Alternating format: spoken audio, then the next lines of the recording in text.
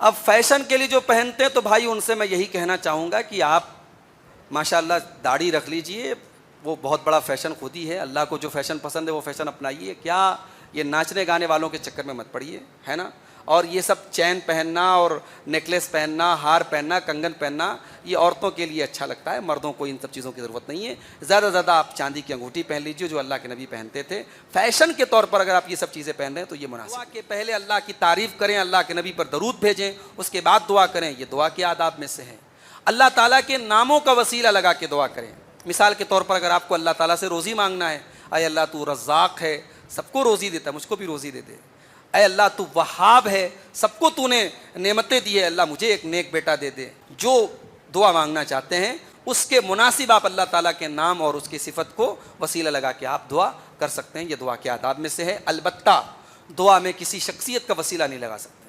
نبی کے صدقے دعا قبول کر لے، ولیوں کے صدقے دعا قبول کر لے، یہ صحیح نہیں ہے. ہاں کوئی زندہ انسان ہے اس سے ہم یہ بھی دیکھتے ہیں کہ آپ ٹوپی لگاتے تھے، ٹوپی کے اوپر آپ امامہ پہنتے تھے، عام طور سے آپ امامہ کے ساتھ نماز پڑھتے تھے، تو آپ ٹوپی کے ساتھ نماز پڑھیے. اور لیکن آپ مان لیجیے کہ نماز کے لیے گھر سے نکلے، ٹوپی نہیں ہے تو کوئی مسئلہ نہیں، بغیر ٹوپی کے بھی نماز پڑھیے. شرط نہیں ہے، ٹوپی نماز کے لیے شرط نہیں ہے. لیکن ہمارا نوجوان جو فیشن کے لیے اپنے بالوں کو بنائے رکھنے کے لیے جو بغیر ٹوپی کے نماز پڑھنے کو ایک عادت بناتا ہے، یہ بھی مناسب نہیں ہے. جی ہمارے مسلم کلچر کا ایک حصہ ہے اور ہماری زینت میں شامل ہے. تو جب نماز میں زینت جائز ہے، بلکہ نقد کی قیمت الگ اور قسطوں کی قیمت الگ بھی ہو سکتی ہے، اس پہ بھی کوئی مسئلہ نہیں ہے.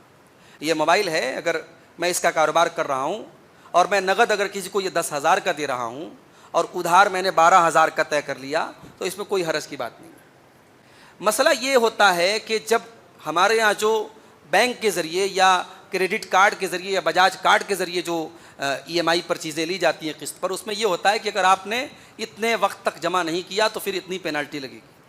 وہ جو پینالٹی لگتی ہے وہ سود ہوتی ہے، وہ انٹرسٹ ہوتی ہے. پھر جو پروسیسنگ چارج لگتا ہے، شریعت یہ کہتی ہے کہ اگر آپ کسی چیز کو ادھار بیچ رہے ہیں، قسطوں پر بیچ رہے ہیں، آپ نے پہلے سے قیمت طے کر لی کہ 10,000 کی چیز تھی لیکن آپ ادھار لے رہے ہیں، میں آپ کو 12,000 کی دوں گا، آپ کو میں سہولت دے رہا ہوں، آپ کو 12,000 کی دوں گا. آپ نے قیمت طے کر لی، اس حساب سے آپ نے ای ایم آئی باندھ لی، اس میں کوئی مسئلہ نہیں ہے. اگر آپ نے پینالٹی فی لگائی، آپ نے پروسیسنگ فی لگائی، یہ صحیح نہیں ہے. اور آج ظاہر ہے کہ سارے جتنے بینکس ہیں یا جتنے بھی کریڈٹ کارڈز ہیں وہ بغیر پینالٹی فی کے یا بغیر پروسیسنگ فی کے، حالانکہ بعض کارڈز ایسے ہیں جو یہ کہتے ہیں 0 پروسیسنگ چارج یا 0% انٹرسٹ، لیکن ان کے یہاں بھی کچھ نہ کچھ اس کا معاملہ رہتا ہے. اسی لیے اہل علم کہتے ہیں کہ جہاں تک ممکن ہو ان سب چیزوں سے بچنا چاہیے.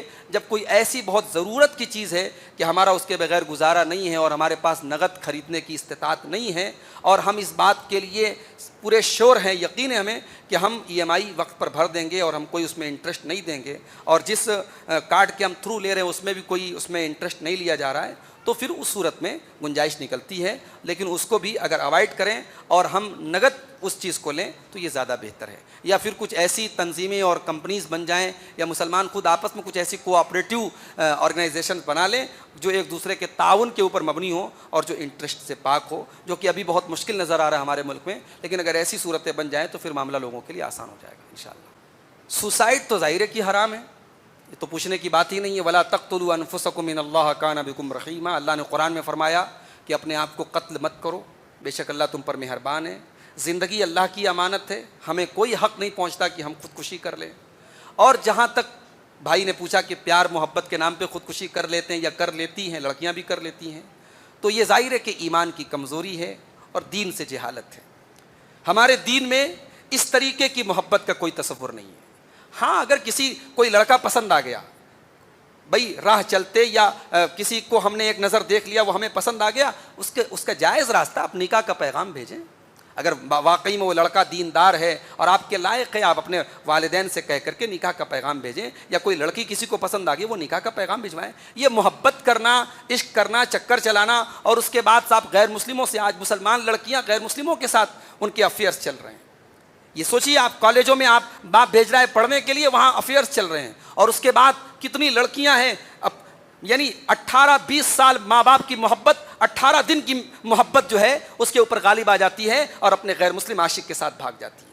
تو میں اپنے نوجوان بھائیوں سے بھی کہوں گا، بہنوں سے بھی کہوں گا کہ محبت اسلام میں حرام نہیں ہے، مگر اسلام میں کون سی محبت ہے؟ جائز محبت ہے. اور جائز محبت کون سی ہوتی ہے؟ جو نکاح کے ذریعے وجود میں آتی ہے. آپ نکاح کیجئے. آپ اسلام نے یہ بھی آپ کو حق دیا ہے, لڑکی کو بھی دیا ہے, لڑکے کو بھی دیا ہے کہ نکاح کے پہلے جب رشتہ طے ہو جائے دونوں ایک دوسرے کو ایک نظر دیکھ لیں تاکہ بعد میں کوئی گلا شکوہ نہ رہے. آپ اپنی پسند کے لڑکے سے شادی کیجئے, پسند کی لڑکی سے شادی کیجئے. اگر رشتہ آپ کے ماں باپ نے لگایا ہے پسند نہیں ہے, اسلام نے آپ کو یہ بھی حق دیا ہے, آپ کہہ دیجئے میں شادی نہیں کروں گی, لڑکا کہہ دے میں شادی نہیں کروں گا. اسلام لڑکی کے والد کو زبردستی اس کی شادی کرنے پر فورس نہیں کرتا ہے, نہ لڑکے کی کوئی زبردستی شادی کر سکتا ہے. تو عشق اور محبت کے نام پر اپنے ماں باپ کی عزت خاک میں ملانا یا پھر اس معاملے کو اس حد تک لے کے جانا کہ سوسائڈ کر لیا جائے, یہ بالکل غلط ہے اور اس سے ہم سب کو بچنا چاہیے. جی, غیر مسلم کو بالکل دے سکتے ہیں, غیر مسلم کو اسلام کی دعوت دینا چاہیے. یہ بہترین کاموں میں سے ایک کام ہے. ومن احسن قولا ممن دعا الی اللہ وعمل صالحا وقال اننی من المسلمین. اس سے بڑھ کر کے اچھی بات کس کی ہو سکتی ہے جو لوگوں کو اللہ کی طرف بلائے, نیک عمل کرے اور کہے کہ میں مسلمان ہوں. تو غیر مسلموں کو اسلام کی دعوت دینی چاہیے, لیکن حکمت کے ساتھ, مصلحت کے ساتھ, حالات کے کو دیکھتے ہوئے آپ اسلام کی دعوت دیجئے. کوئی ایسا آپ کام مت کیجئے جس سے پوری کمیونٹی کے لیے پریشانی کا مسئلہ کھڑا ہو جائے. بعض اوقات ایسا بھی ہوتا ہے کہ ہم دعوت و تبلیغ کے نام پر ہم کچھ ایسے قدم بھی اٹھا لیتے ہیں کہ بعد میں حالات مسئلہ بن جاتا ہے اور پریشانیاں کھڑی ہو جاتی ہیں. آپ حکمت کے ساتھ, ہمارا ملک ابھی بھی الحمدللہ سنویدھان اور کانسٹیٹیوشن سے چلتا ہے اور ہمارے کانسٹیٹیوشن میں ہر مذہب کے لوگوں کو اپنے مذہب کا پرچار کرنے کی اور اس کو پھیلانے کی, اس کو پروموٹ کرنے کی اجازت ہے. آپ تبلیغ بالکل کر سکتے ہیں, اس کو لمٹس میں رہ کر کے. جی, اب یہ مولانا صاحب بتا رہے کہ یہاں کچھ بنجارے لوگ رہتے ہیں جن کا آدھا مطلب جو ہے وہ آدھا ان کے اندر اسلام رہتا ہے اور آدھا پھر وہ کفر کی طرف رہتے ہیں. تو ظاہر ہے اب ایسے لوگوں سے تو یہی کہا جائے گا ادخلوا فی السلم کافہ, اسلام کے اندر پورے کے پورے داخل ہو جاؤ. اب چاہے وہ بنجارہ ہو, چاہے وہ اپنے آپ کو سید کہے, خان کہے, کچھ بھی کہے, اصل چیز یہ ہے کہ اگر آپ مسلمان اپنے آپ کو کہتے ہیں تو اسلام پورا کا پورا آپ کے اوپر لاگو ہوتا ہے. آپ صرف جو ہے جمعہ کے دن مسجد میں نماز پڑھنے چلے آئے, پھر آپ ناچ گانا بھی کر رہے ہیں, شراب بھی پی رہے ہیں, زنا بھی کر رہے ہیں, ایسا نہیں ہونا چاہیے. یہ یہودیوں کا طریقہ ہے, یہ اہل کتاب کا طریقہ ہے.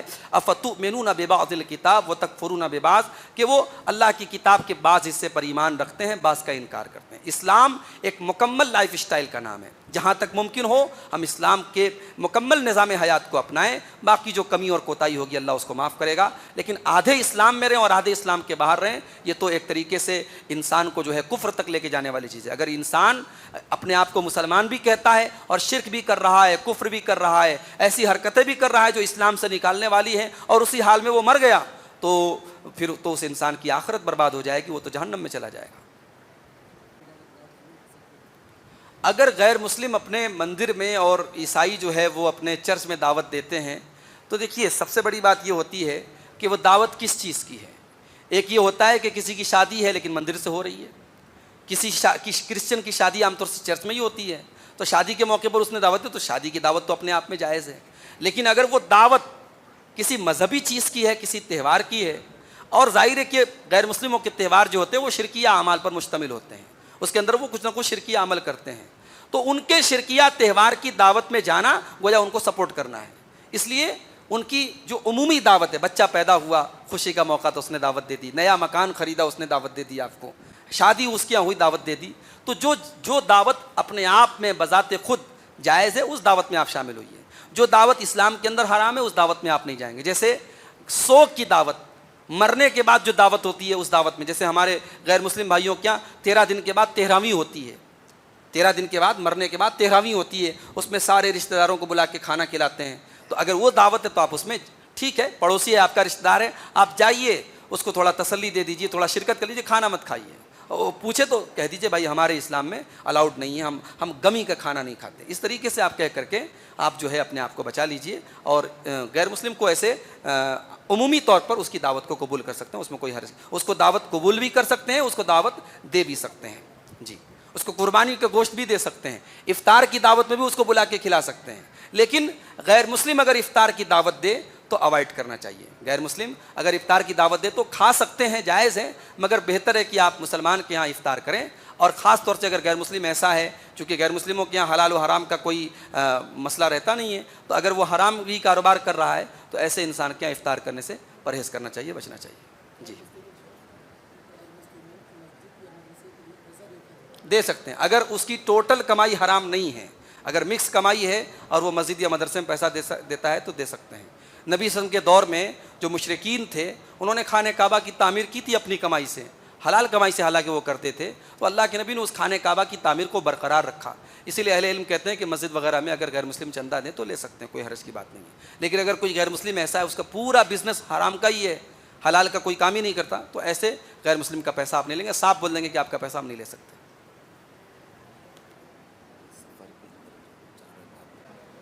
بھائی نے یہ سوال کیا ہے کہ اگر مان لیجئے کہ کہیں پر کوئی امام ہے, وہ نماز پڑھا رہا ہے, اب ان کے کوئی استاذ آ گئے, کوئی ساتھی آ گئے جو مسافر ہیں, تو اب اس مسافر کو کیا ہم نماز پڑھانے کے لیے آگے بڑھا سکتے ہیں؟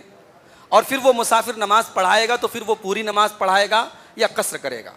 تو دیکھیے, مسافر کے لیے بہتر اور افضل یہی ہے کہ وہ قصر کرے گا. خود نماز پڑھے گا تب بھی قصر کرے گا, پڑھائے گا تب بھی قصر کرے گا. تو بالکل اس کو آپ امام بنا سکتے ہیں اور وہ نماز پڑھائے تو قصر کر کے پڑھائے, یہ زیادہ بہتر ہے. اگر وہ پوری بھی پڑھا دیتا ہے تو کوئی مسئلہ نہیں ہے, بہتر یہ ہے کہ وہ قصر کر کے پڑھائے.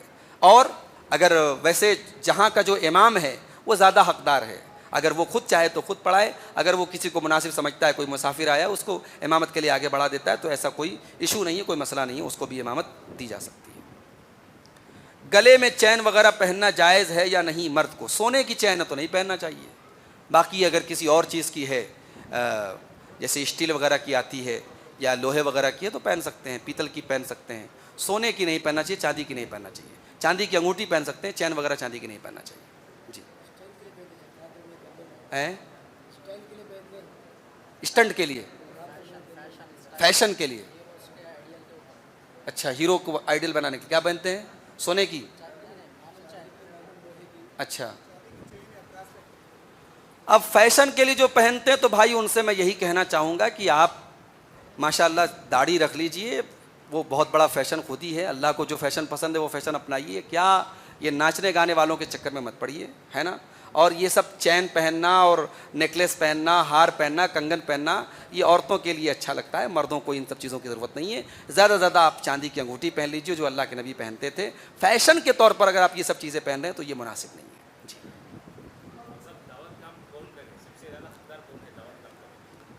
دعوت کا کام کوئی بھی کر سکتا ہے, دعوت کا کام کوئی بھی کر سکتا ہے, لیکن اس کے لیے شرط یہ ہے کہ پہلے وہ دعوت کے اصول سیکھ لے, علماء کی رہنمائی میں دعوت کے اصول سیکھ لے, خود اتنا علم حاصل کر لے کہ وہ دعوت دے سکے غیر مسلموں میں. آج ماشاءاللہ بہت سارے دعویٰ کورسز بھی چلتے ہیں مدارس میں, ان دعویٰ کورسز کو بھی وہ جوائن کر سکتا ہے. کوئی بھی دعوت کا کام کر سکتا ہے, اس میں شرط نہیں ہے کہ کسی ادارے کا فارغ ہو تبھی وہ دعوت کا کام کر سکتا ہے. ایک عام آدمی بھی دعوت کا کام کر سکتا ہے, شرط یہ ہے کہ دین کی بیسک نالج حاصل کر لے اور دعوت کے جو اصول ہیں وہ حاصل کر لے. جی, دعا کرنے کا طریقہ, دعا کرنے کا طریقہ دیکھیے, دعا کرنے کے طریقے میں بہت ساری چیزیں شامل ہیں. سب سے پہلی چیز تو یہ ہے کہ آپ جب دعا کریں تو بہتر ہے کہ آپ قبلہ رخ ہو کر کے دعا کریں. قبلہ رخ نہیں ہے تو بھی چلے گا, لیکن قبلہ رخ ہو کر کے کریں تو زیادہ بہتر ہے. ہاتھ اٹھا کے دعا کریں تو زیادہ بہتر ہے. اللہ کے نبی کی حدیث ہے کہ بندہ ہاتھ اٹھا کے دعا کرتا ہے تو اللہ تعالیٰ کو حیا آتی ہے کہ بندے کو خالی ہاتھ لوٹا دیں. دعا کے آداب میں سے ہاتھ اٹھانا ہے. باوضو ہو کے دعا کریں تو زیادہ بہتر ہے. دعا کے پہلے اللہ کی تعریف کریں, اللہ کے نبی پر درود بھیجیں, اس کے بعد دعا کریں, یہ دعا کے آداب میں سے ہے. اللہ تعالیٰ کے ناموں کا وسیلہ لگا کے دعا کریں. مثال کے طور پر اگر آپ کو اللہ تعالیٰ سے روزی مانگنا ہے, اے اللہ تو رزاق ہے, سب کو روزی دیتا ہے, مجھ کو بھی روزی دے دے. اے اللہ تو وہاب ہے, سب کو تو نے نعمتیں دی ہے, اللہ مجھے ایک نیک بیٹا دے دے. اے اللہ تو مالک ہے, مالک الملک ہے, اے اللہ مجھے کوئی بڑی ذمہ داری. اس طریقے سے آپ جو دعا مانگنا چاہتے ہیں اس کے مناسب آپ اللہ تعالیٰ کے نام اور اس کی صفت کو وسیلہ لگا کے آپ دعا کر سکتے ہیں. یہ دعا کے آداب میں سے ہے. البتہ دعا میں کسی شخصیت کا وسیلہ نہیں لگا سکتے. نبی کے صدقے دعا قبول کر لے, ولیوں کے صدقے دعا قبول کر لے, یہ صحیح نہیں ہے. ہاں, کوئی زندہ انسان ہے اس سے دعا کرا سکتے ہیں آپ.